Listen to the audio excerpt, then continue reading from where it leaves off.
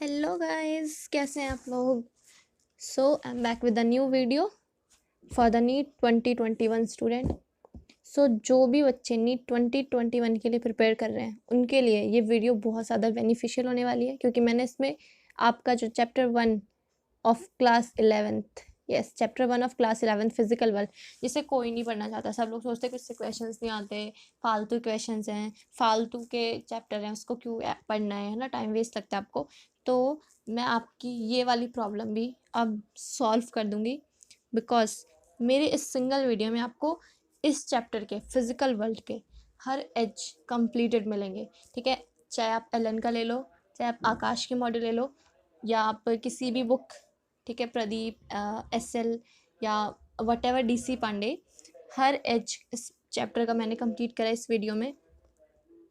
ठीक है, so without any restriction and without any taking tension, let us start our video. And yeah guys, background के music I mean background के शोर को please ignore. So let us start.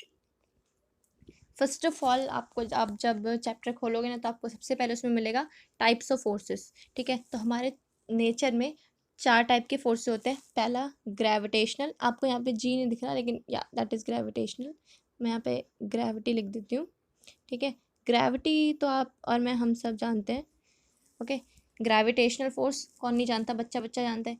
आप ज़मीन पे खड़े हैं, अर्थ पे खड़े हैं, तो वो ग्रेविटी है।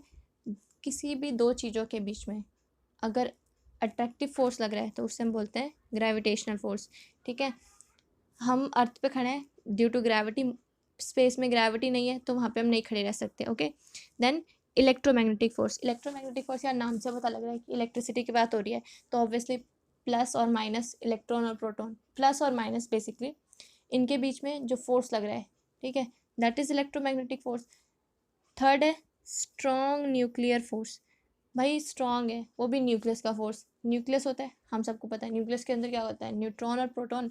सो न्यूक्लियस के अंदर न्यूट्रॉन और प्रोटॉन बाइंड करके एग्जिस्ट करते हैं। ठीक है, न्यूक्लियस बस्ट नहीं होता। क्यों नहीं होता? क्योंकि न्यूट्रॉन और प्रोटॉन के बीच में स्ट्रॉन्ग न्यूक्लियर फोर्स होता है, जिसकी वजह से वो आपस में बाइंड करके रखते हैं और एग्जिस्ट करते हैं। सिंपल फंडा।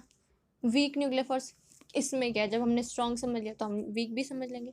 तो न्यूक्लियस है, न्यूक्लियस के अंदर न्यूट्रॉन प्रोटॉन है, अगर वीक फोर्स है तो हम उसे वीक न्यूक्लियस फोर्स बोलेंगे। Very simple, it's very simple ma'am. ठीक है, नाउ अब है हमारा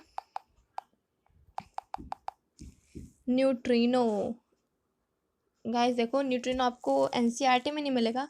एज आई सेड कि मैंने हर एज कंप्लीट करा है, तो आप टेंशन मत लो, ये उस एज का पार्ट है। ठीक है, न्यूट्रिनो वो पार्ट होता है या वो एलिमेंट्री पार्टिकल होता है जिसके अंदर ना ही तो कोई चार्ज होता है और ना ही कोई मास होता है।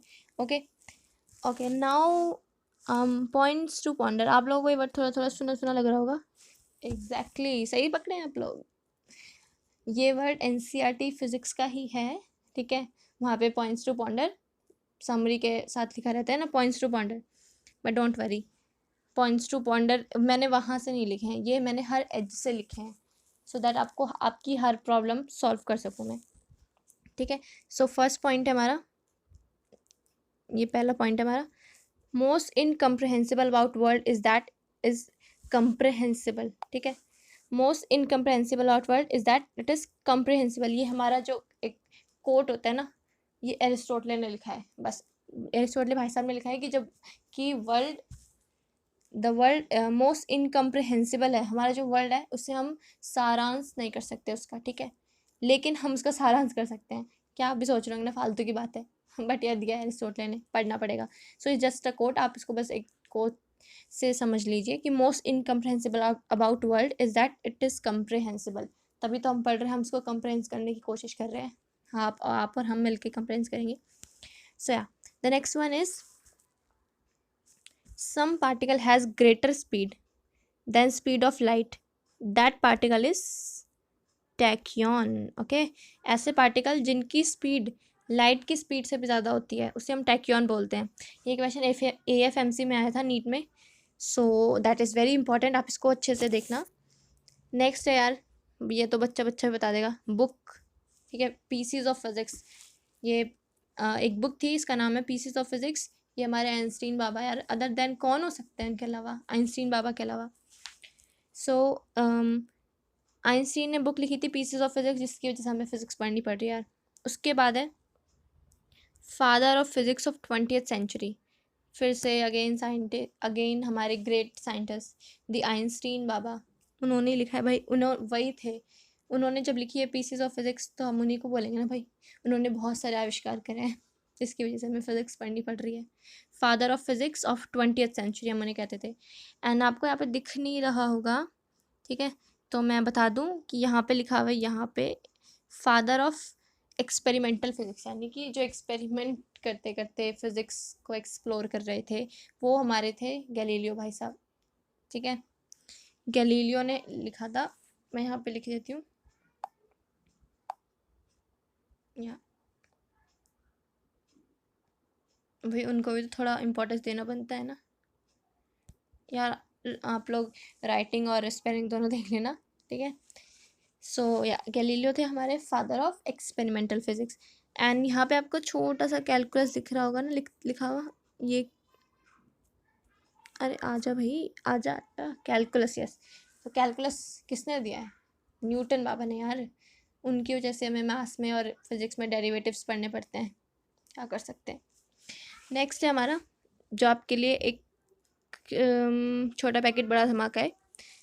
अब न्यूटन बाबा की बात आ गई तो हम इसको कैसे छोड़ सकते हैं।